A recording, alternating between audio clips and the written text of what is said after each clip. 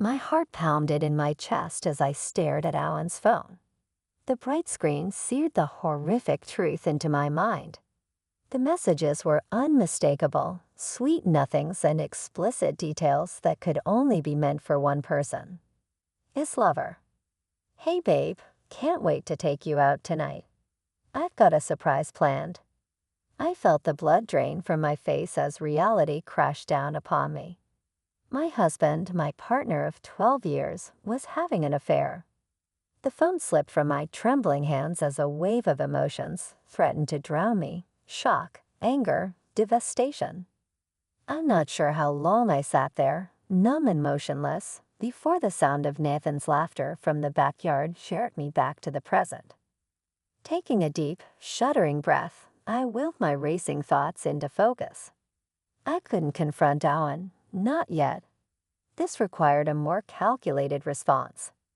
Retrieving his phone, I quickly deleted the damning thread, removing any trace of my discovery. No, Owen would not get off that easily. If he thought he could betray me and simply walk away, he was gravely mistaken. My mind whirred as the initial panic gave way to cold determination. I knew what I had to do.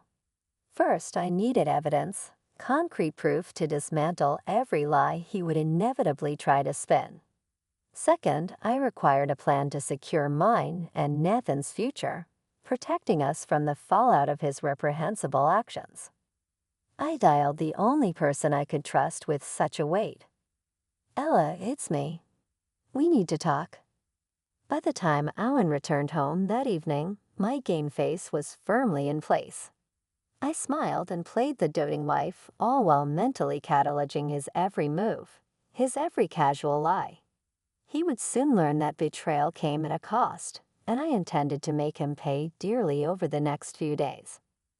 I kept my ears pricked for any information that could aid my cause, maintaining a cool front despite the storm of fury raging within.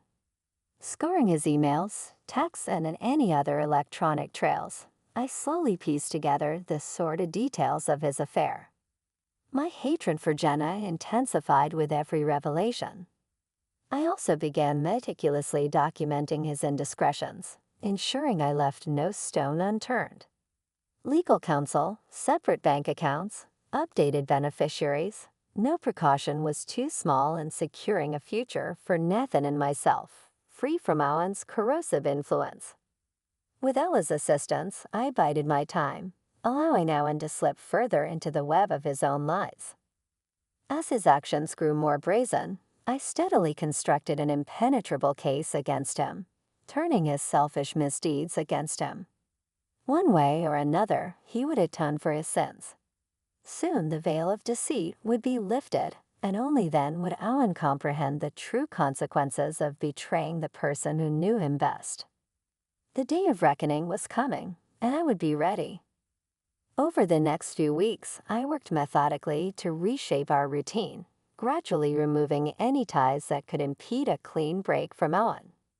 Little by little, I redirected finances into a secure account, paid down joint debts, and revised legal documents. I even switched Nathan to a new school, one closer to Ella's house, just in case. Owen, the oblivious fool, remained utterly clueless to the approaching storm. His arrogance left an increasingly blatant trail of evidence. Received gifts inexplicably appearing around the house. Furtive phone calls at all hours, shady rendezvous disguised as working late. I diligently cataloged every infraction, every despicable transgression. One afternoon, I caught him in the act, hunched over his laptop, having what he thought was a private video call. "You'll never guess what I have planned for this weekend, baby," he purred in that sickly sweet tone that made my skin crawl. "A cozy little bed and breakfast up in the mountains. Just you and me." I pressed record on my phone, allowing his tawdry words to permanently etch his deceit before clearing my throat loudly. Owen startled, panic flashing across his face as he scrambled to minimize the window. Too late. I had borne witness to the truth yet again. "Oh, hey hon," he feigned an innocent smile. Just a work call, you know how it is.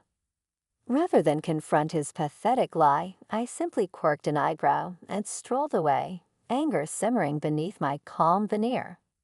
Let him leave the increasingly transparent trail. It would only further damn him when I deployed my reckoning. A new fire lit within me as I doubled down on my efforts. I knew the law would side with the wrong spouse, especially with the catch of evidence I had diligently compiled, but it never hurt to stock more ammunition. With Ella's help, I left no stone unturned, drilling into Alan's email accounts, financial records, anywhere even the faintest trace of impropriety might lurk. And lurk it did. Jenna's name appeared again and again, a scarlet thread woven through loan applications, withdrawals, even several neatly forged expense reports that Ella managed to unearth. Piece by piece, I unraveled the tapestry of lies he so carefully attempted to shroud, revealing their affair for the umbrella of selfish deception it truly was. Meanwhile, Alan's behavior at home grew more erratic, more careless. Perhaps sensing the calm before the storm, he seemed determined to cram in as much debauchery as possible. I lost count of the evenings he stumbled in late, reeking of that trashy perfume or the hushed phone calls held in parked cars. It was almost insultingly blatant. Through it all, I maintained a veneer of plausible deniability, tenderly caring for Nathan while shrouding my intentions behind a facade of wily naivety. Let Alan openly frolic with his mistress. It would only make the sting of his consequence more brutal and well-deserved. Part of me couldn't wait to obliterate the life he thought he knew, to crush every bit of shameless arrogance that allowed him to so brazenly spit in the face of our vows. Soon the predator would become the prey, his infidelity dissected and appended for all to see. The ugly, selfish core lurking underneath. I knew the road ahead would be painful, that curveballs and complications surely loomed just out of sight. But I refused to go down as the meek, jilted wife weeping from the sidelines. No, Alan's betrayal required a firmer hand, and I would be the one to deliver his penance with surgical, unwavering precision. Licking my wounds in private, I steadied my nerves and hardened my resolve. Judgment awaited, and I would be its ultimate arbiter. As the weeks ticked by, more layers of Alan's deception began to unspool. Diving into our financial records, I discovered he had been steadily siphoning funds from our joint accounts into a separate, hidden stash. Thousands of dollars drained to bankroll his escapes with that vile woman. The sheer audacity of it made my blood boil. Not only was he betraying my trust in the most unconscionable way, but he was robbing from our family's future, from Nathan's potential inheritance, to fund his deplorable indulgences. I felt utterly violated.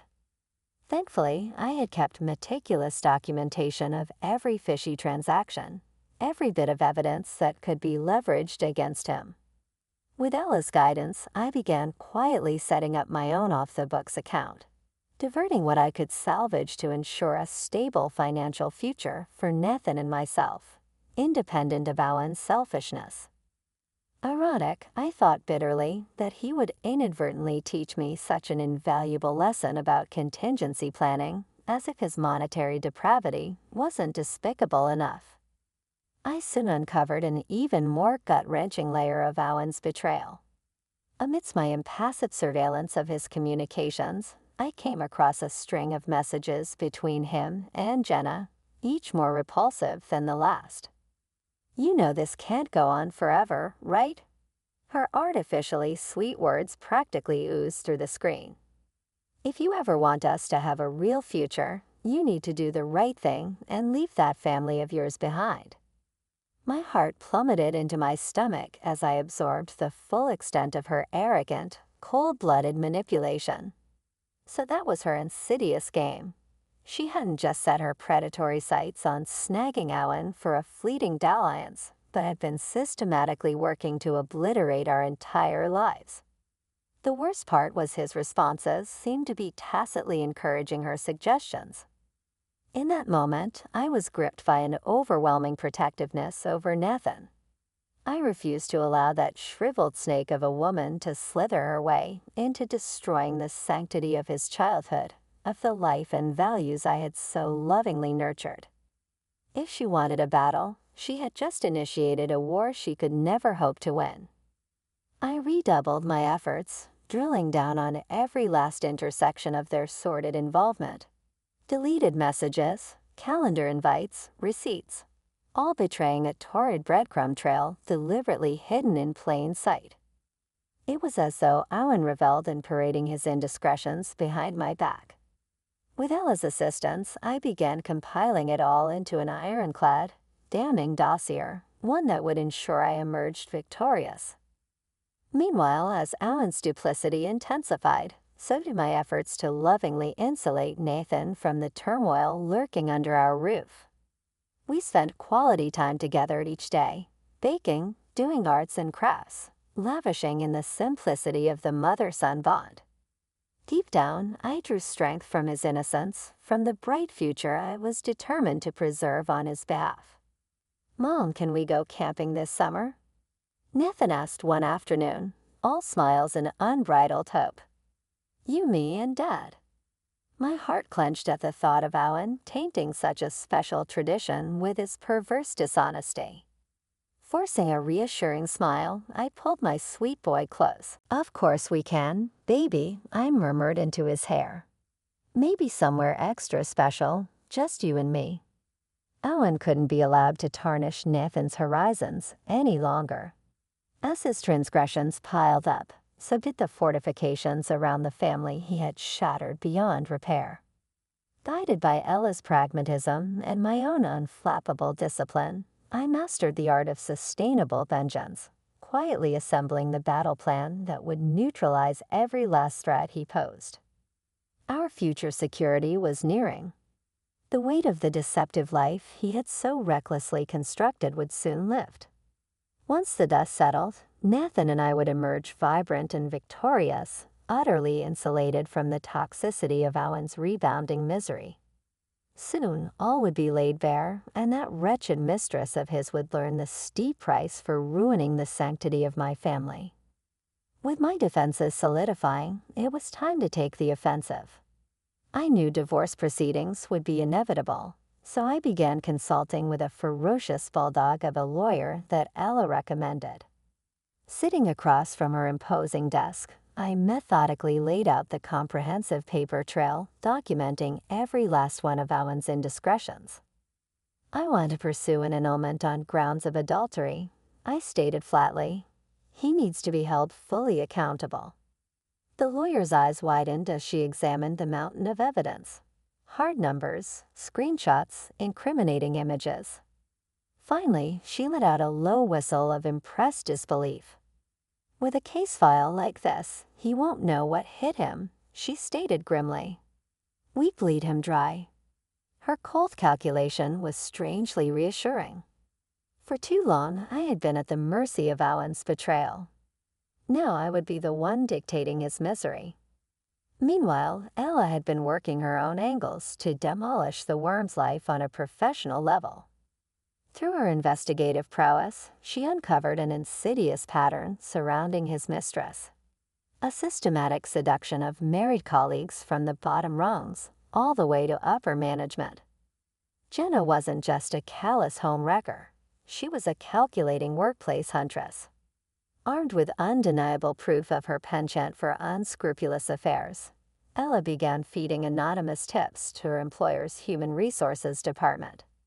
Suddenly, the veneer of professionalism that Jenna had so carefully maintained began to disintegrate before her.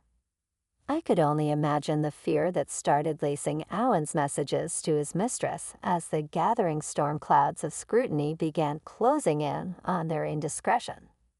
Would he finally start to feel a shred of anxiety, the paralyzing uncertainty that I had been forced to endure for months? How delicious it would be to watch his world slowly implode while remaining utterly powerless to undo his own vile undoing. I refused to simply sit back and gloat. However, with the lawyer's guidance, I pressed forward, separating myself from any legal or financial liability stemming from Owen's recklessness. My name was to be stripped from property titles and accounts, relisted under just my name. Every entanglement was cauterized with precise intention. Like a gifted angler, I indelicately removed every barb and hook he had carelessly strewn across my life, one squirming tug at a time. "Don't leave any strings dangling," the lawyer warned. "He'll try desperately to bleed you dry as leverage, so cut off all potential sources." I just smirked back at her, utterly undaunted. That foolish man had already revealed the boundless depths of his depravity, his staggering capacity for selfishness and indulgent stupidity. Did he really think I would blink at his pathetic intimidation tactics now? Oh, how exquisite his underestimation would be. Every day, it seemed unearthed a new layer of Owen's perfidy for me to coldly dismantle. The shady real estate holdings, mail-order die-ins, messy digital footprint, all irreversibly preserved as damning exhibits in his upcoming humiliation. With each dossier I compiled, each revelation of deceit and betrayal, my appetite for retribution grew insatiably ravenous. He simply had no idea what sort of Pyrrhic victory he had unleashed upon himself. Fool that he was, he could never fathom the depths of my capacity for determination or discipline. While he remained pathetically encapsulated by the incessant neediness of his cowardly id, I was rapidly evolving into an unstoppable force of nature, a consummate, merciless juggernaut of wrath. I would become the arbiter through which all of his despicable transgressions would finally and irrevocably be judged. As Owen remained blessedly clueless to the swirling vortex of exposure rapidly encircling him, I continued preparing the pieces for our fateful reckoning with practiced calculation. Let him wallow obliviously in his cesspool of lust and faithlessness a while longer. The phantom freedom he was deludedly indulging would prove all the more suffocating once I fully seized the reins of his torment. His future belonged to me now as much as he had willfully orphaned himself from mine, and the path ahead for him was looking increasingly, unavoidably bleak. With each passing week, the tsunami of Owen's consequences gathered more unstoppable momentum. The HR complaints against him and his misconduct had bloomed into a full-fledged corporate scandal, with whispers and dark looks trailing their every move through the office halls. "I can't believe we've been working alongside those kinds of people," I overheard a coworker mutter in hushed tones. "It's just sordid." Owen may have remained oblivious to the rapidly disintegrating ground beneath his feet, but there was no masking Jenna's increasingly frantic demeanor. I watched with perverse satisfaction as the weight of her selfishly inflicted ruin seemed to physically age her before my eyes. "This is spiraling out of control." Her text to Owen became increasingly shrill. "We need to get ahead of this now." "Relax, babe. It's just office gossip," he attempted to soothe her. The smug dismissiveness in his words stoked my hatred. "I'll smooth everything over. Just keep your head down." The arrogant delusion was almost pitiable. Owen remained utterly blind, like an obviously cherry denizen wandering into the heart of a steadily encroaching minefield. Any day now, his world would detonate in an apocalyptic deluge. Decades of deceit and selfishness were finally withering under their own morally indefensible weight. While he buried his head in the sand, I continued systematically dismantling every last lifeline that could possibly serve to buoy his retreat.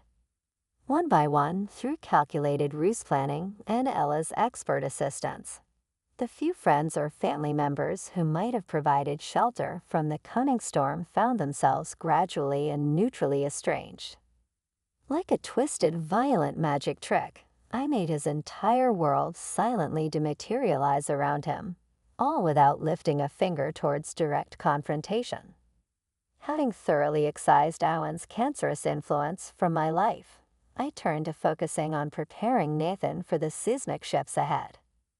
Though still painfully unaware of the grotesque betrayal unfolding around him, my son had become increasingly unsettled by the underlying tensions that now frayed our once idyllic home life. Evening meals were spent shooting me questioning looks while his father hurriedly choked down food. Outings felt increasingly strained and awkward, like wool being pulled over our eyes. "Is everything okay with Dad?" Nathan finally asked one night as shears your text, punctuated and divided into short paragraphs. I tucked him in, his brow furrowed with childhood worry. "He seems different lately." Steadying myself, I stroked his soft cheek and offered my most reassuring smile.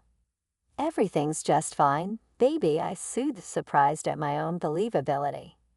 "Grown-ups go through some changes sometimes, that's all. But you'll always have me no matter what." My son seemed to accept the reassurance, snuggling deeper into his blankets with a relieved nod. But his words cemented my determination to shield him from the unavoidable turbulence that loomed ahead. For too long, Alan had been eroding the steadfast center I had fought to keep our nuclear family intact and happy. It was finally time to exercise that malignancy. Over the following days, I took great care to lavish Nathan with affection and quality time, striving to create joyful memories that could fortify him through the trials ahead. We went for nature walks, visited museums, and rewatched all his favorite movies. Nestled on the couch, I did anything to insulate him in a warm domesticity, wholly segregated from his father's self-inflicted turmoil. All the while, I could practically feel the crosshairs of impending confrontation slowly fixing themselves on Alan's oblivious form. It was like the peak of a terrifying roller coaster's first step.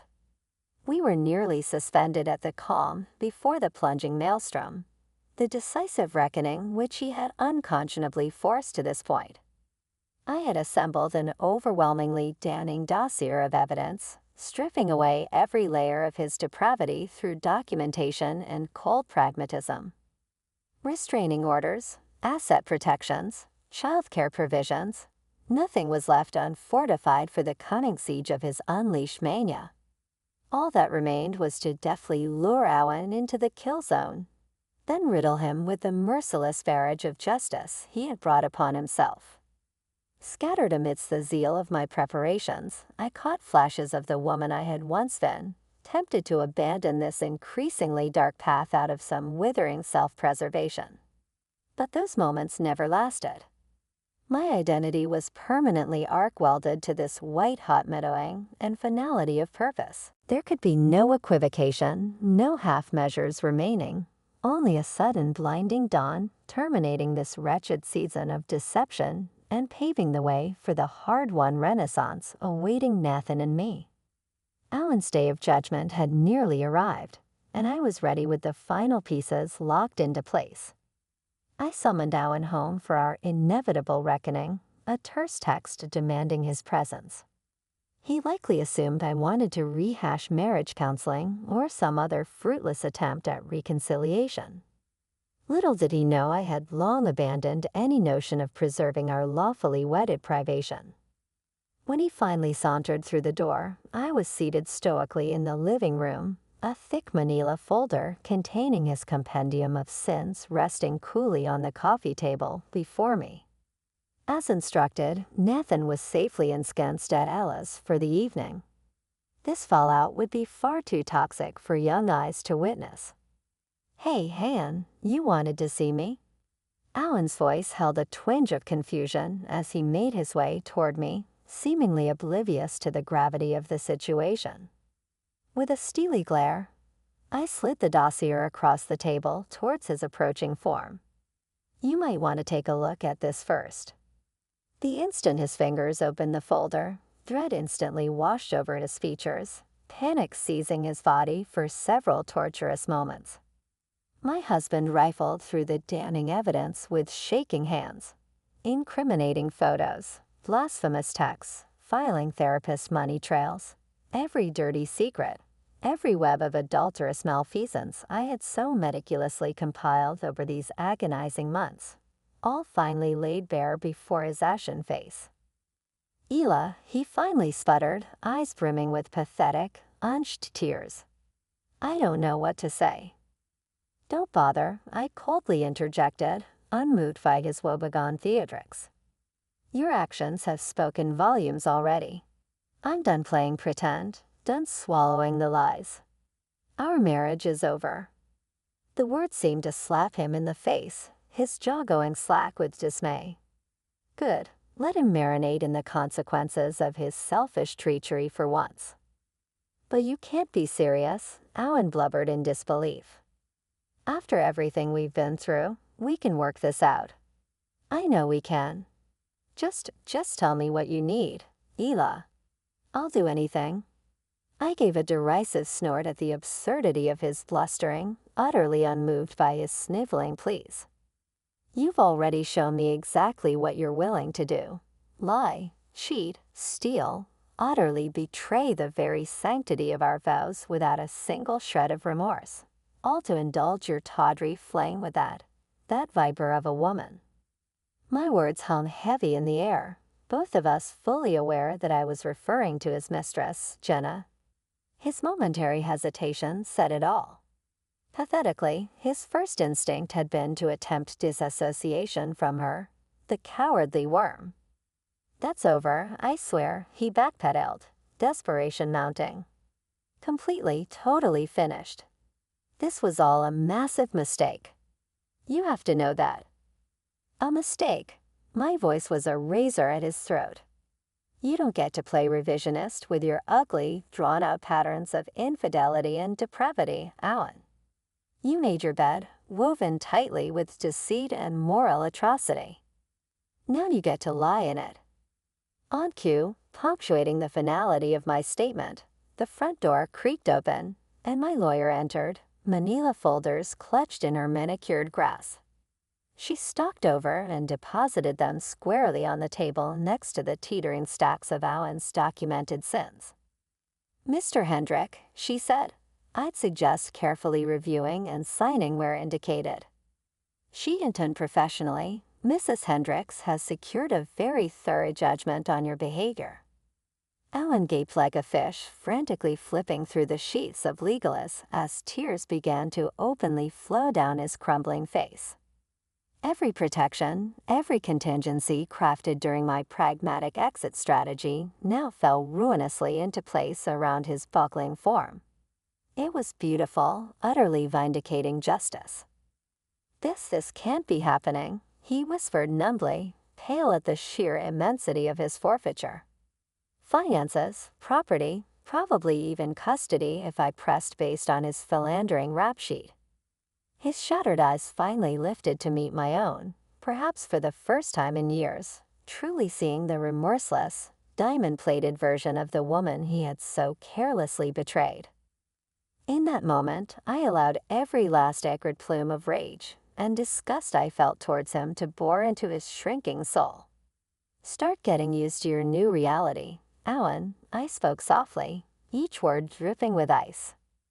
"This is the bed you've made, and I'm just getting started in returning that favor." In the days following my explosive confrontation with Owen, a strange, almost giddy calm settled over me as I watched him desperately attempt to untangle the legal straitjacket I had so tightly bound him in.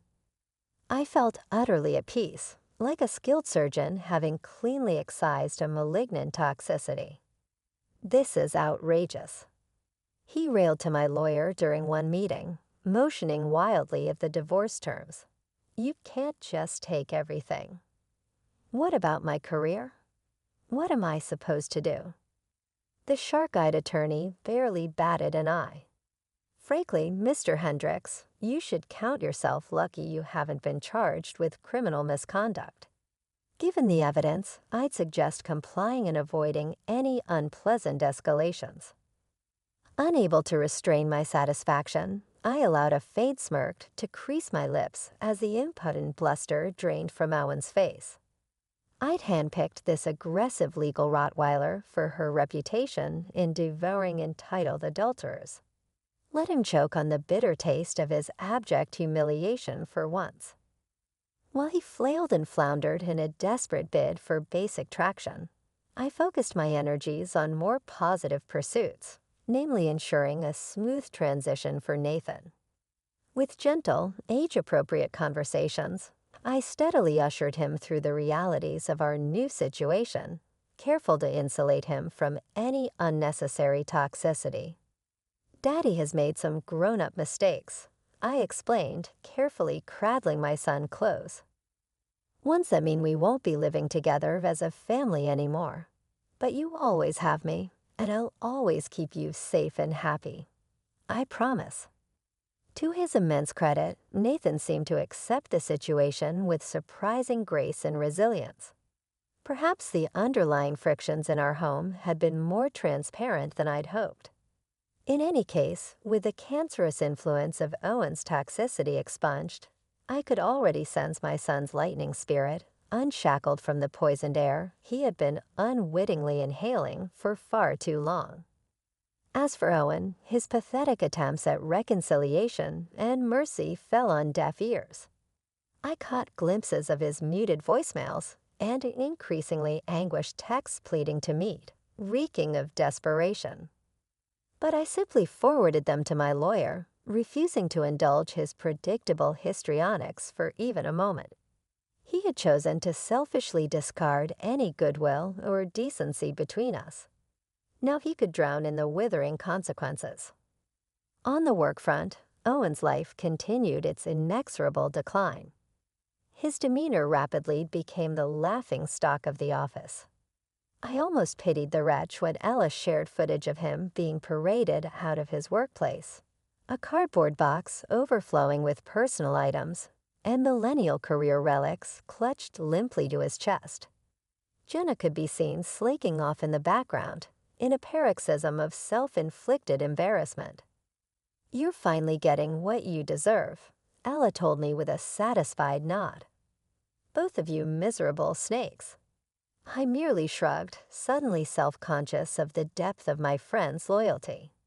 Truthfully, I held no grudge against Jenna anymore. Her petty, shriveled existence had already transformed into its own searing punishment. Her prospects were permanently cauterized by the wildfire of scandal she helped spark in her singular lust and weakness. Owen, however, would never escape the full, crippling weight of my disdain and fury. Not until his dying day, spent groveling through the rubble of all he had destroyed through his arrogance and weakness. I would gleefully ensure it with each passing milestone. The house transferred to my name, Owen's unceremonious loss of custody and privileges, and his reputation left a smoldering crater of scandal. The vice around his flailing existence only tightened. The man I had once loved, the father of my precious child, had willfully transformed into an immoral, lust-addled parasite. This systematic unraveling was the only poetic penance he had left himself susceptible to, and I was the merciless architect, a keeper of his regenerating torment.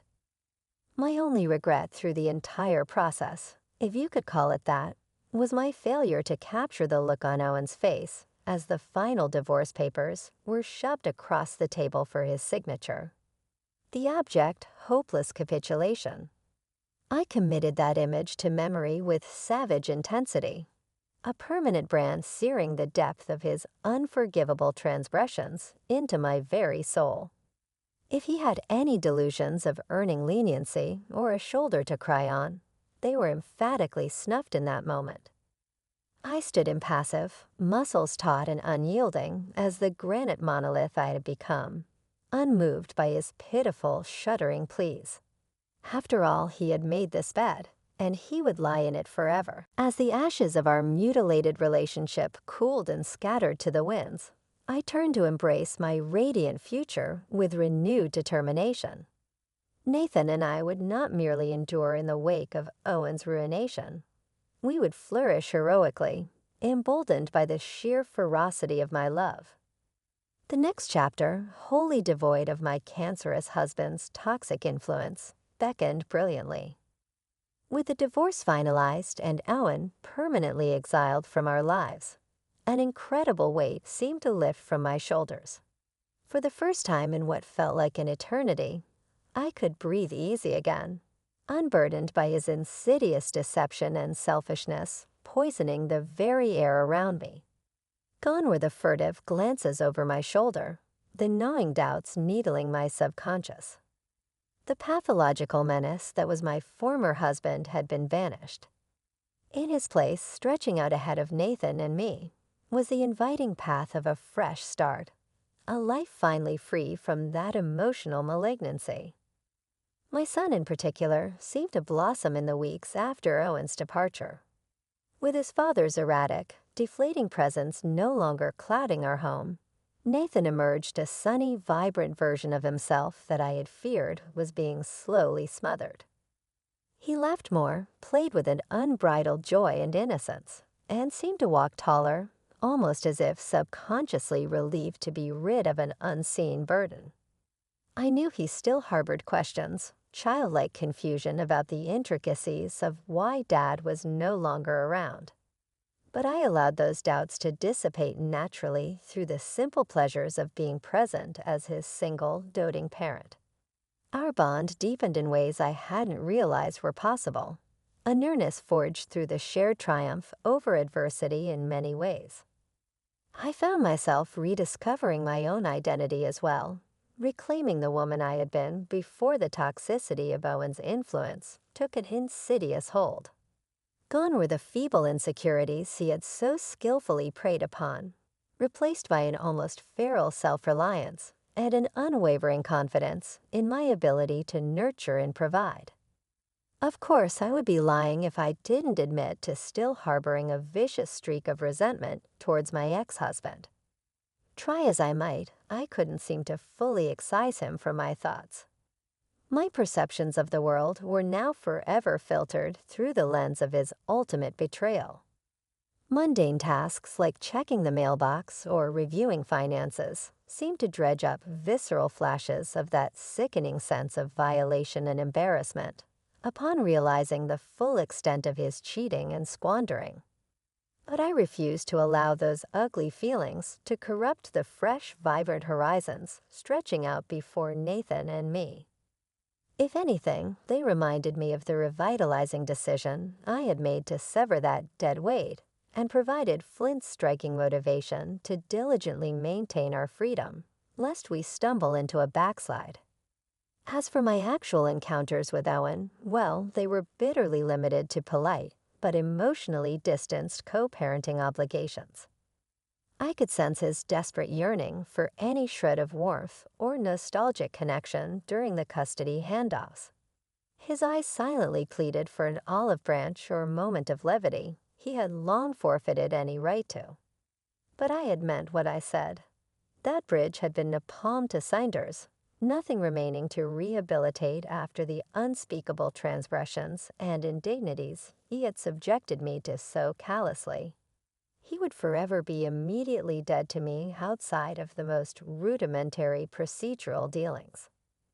No amount of sniveling or fiend remorse could ever hope to erase the scars he had inflicted.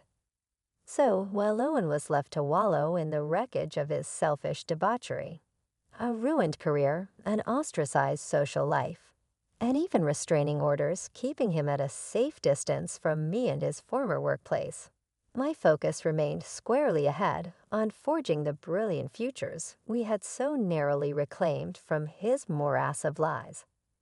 With Ella's support and encouragement, I slowly let down my guard and began embracing all the wonderful possibilities unfurling in this new dawn of independence. One key step was resurrecting my long-ignored graphic design passion into a full-fledged career. I used my settlements to launch a thriving online business that allowed me the perfect work-life balance as a newly minted single mother. It was deeply validating watching my creative hunches blossom into success while remaining ever-present for Nathan's needs. It felt almost as if the universe itself was rewarding my perseverance and sacrifice, gently restoring the dignity that Owen had so malignantly leached away from me. From there, it was almost frighteningly easy to let the light back into our lives, our household brimming with renewed vitality. I founded a women's support group to empower other divorcees who had faced similar trauma. We took vacations abroad, soaking in new cultures and perspectives as antidotes to Owen's provincialism. By all metrics, we were genuinely, effervescently happy in ways that had eluded us throughout that entire dark chapter of marital imprisonment. Looking back, it was hard to believe there had been a time when the pall of Owen's toxicity had settled so insidiously over us. All my memories of that miserably wasted purgatory already felt like dissolving fever dreams. Ephemeral delusions overwhelmed and exorcised by the blinding truth that had set us free. Nathan and I had been given an almost implausible second chance at living our lives to their fullest potentials, one I vowed never to squander in exchange for mere complacency or jadedness ever again. My son would grow up seeing the true depth of a matriarch's inner steel and the infinite power that comes from making the impossible choice to stand upright and walk towards the sun. As for Owen, well, the less said of his own diminishing existence, the better. I had moved on from that stunted, ignoble chapter, devoting what precious energy remained towards cultivating the two flames now burning bright before me. My son was my shining future, but my scorched redemption was entirely my own.